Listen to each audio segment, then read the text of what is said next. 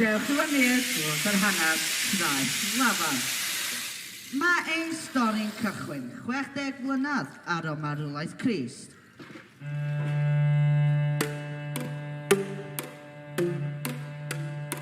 Un noson dwys oedd byddai'r Rwffinig yn marsio ar draws Traeth Lafan. Y bwriad oedd ymosod ar Ynys Môn. Ymosod! Ond ddaru derwyddon Môn codi o ddim arnyn nhw, a dyma nhw ffoi am adra.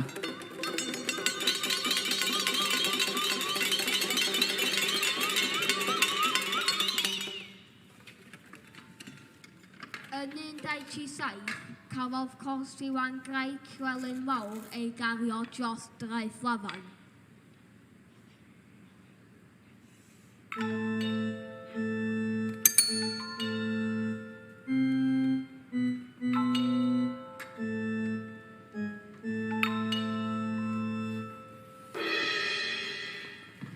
Yn 1982, enillodd hogau o Anglyn Dŵr y Dydd a Traeth Lafan.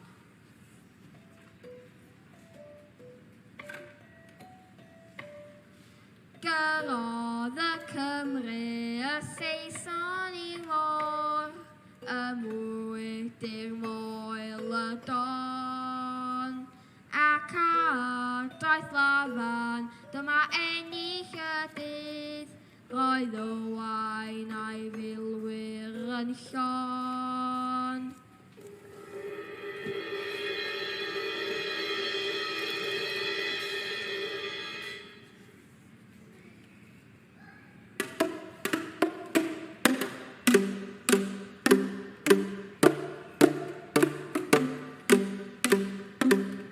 Yn 1968, roedd y pwrthmyn yn gyrru'r gwartheg o Biw Maris I lanfa fechan dros Traeth Lafan.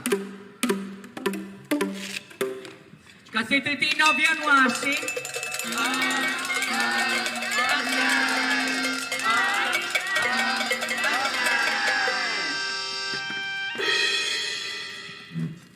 Yn 1926, dath anturiaethau Traeth Lafan I ben pan gododd Telford ei bont enwog. Roedd goroeso wedyn i'r pawb o'r tir mawr I Ynys Môn, Mam Cymru.